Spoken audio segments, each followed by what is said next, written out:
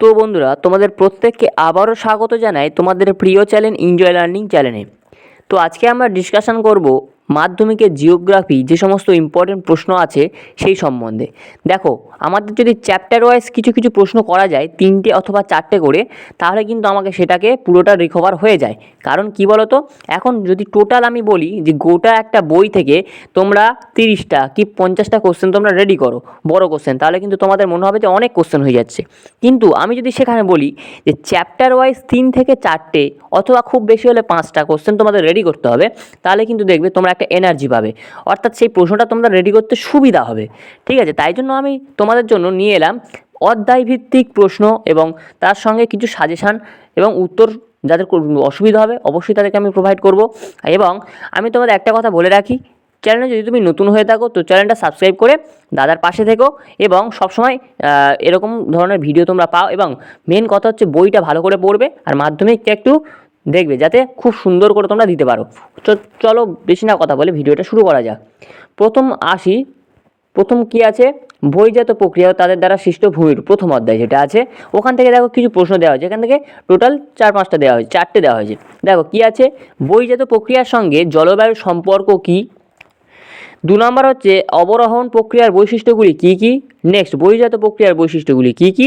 Next, অন্তর্জাত প্রক্রিয়ার কাজ ও গঠনমূলক এবং বহির্জাত প্রক্রিয়ার কাজ ও বিনাশমূলক কারণ ব্যাখ্যা করো। ওকে, হয়ে গেল, প্রথম অধ্যায়ে 4টে প্রশ্ন হয়ে গেল। এই প্রশ্নটাই তোমাদের ইম্পর্টেন্ট, তোমরা রাখবে।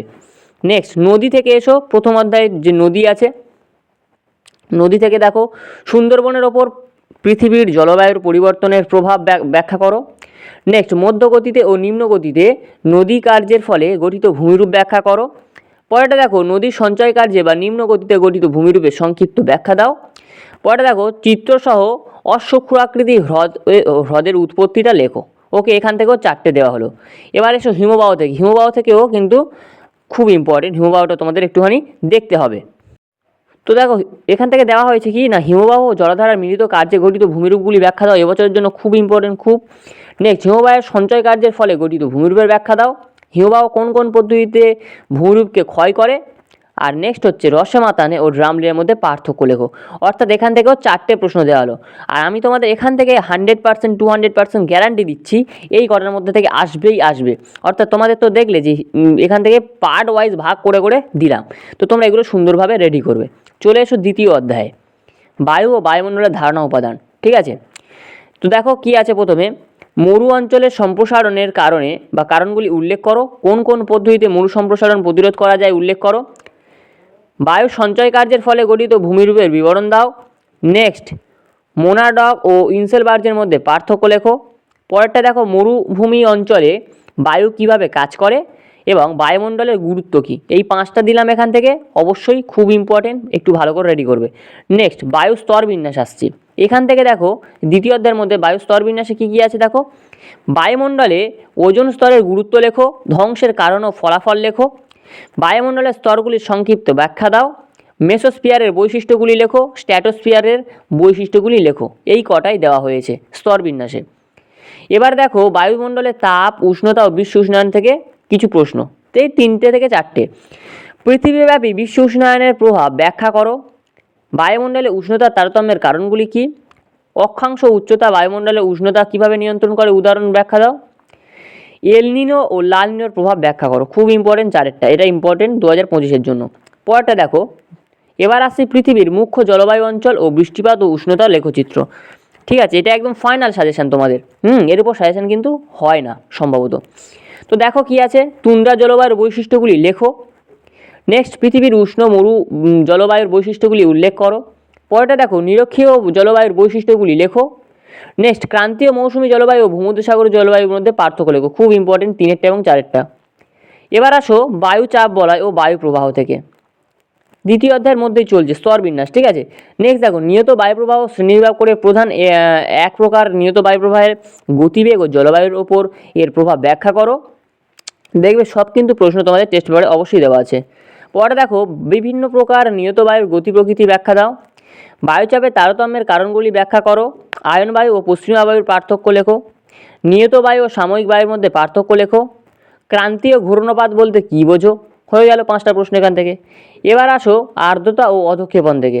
অধক্ষেপণ কাকে বলে? অধক্ষেপণের শ্রেণীবিভাগ করো ও বিবরণ দাও।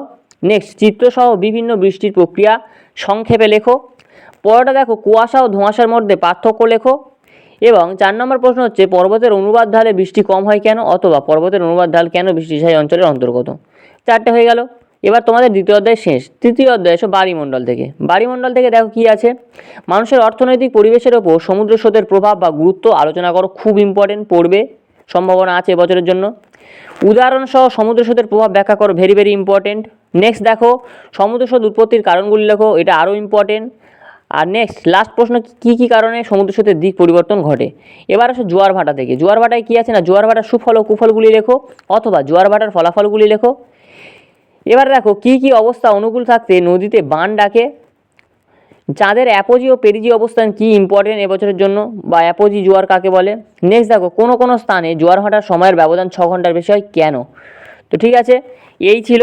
এবার দেখো আমরা আসছি বর্জ্য ব্যবস্থাপনা। এখান থেকে দেখো কি কি আছে, বর্জ্য ভরাটকরণ প্রক্রিয়া মানব জীবনে অনেক সময় বিপর্যয় ঘটায় কি করে।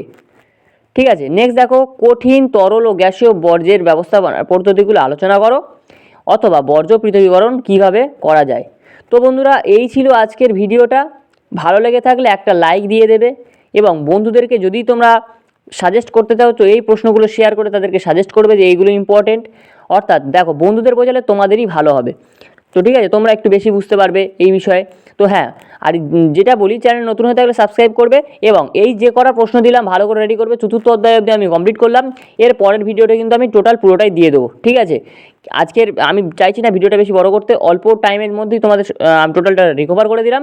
এবং তোমরা এগুলো রেডি করো, পরের ভিডিও নিয়ে আসছি টোটালি, মানে চতুর্থ অধ্যায়ের পর থেকে পঞ্চম অধ্যায় থেকে টোটালটাই আমি কিন্তু তোমাদের সাজেস্ট করে দেবো।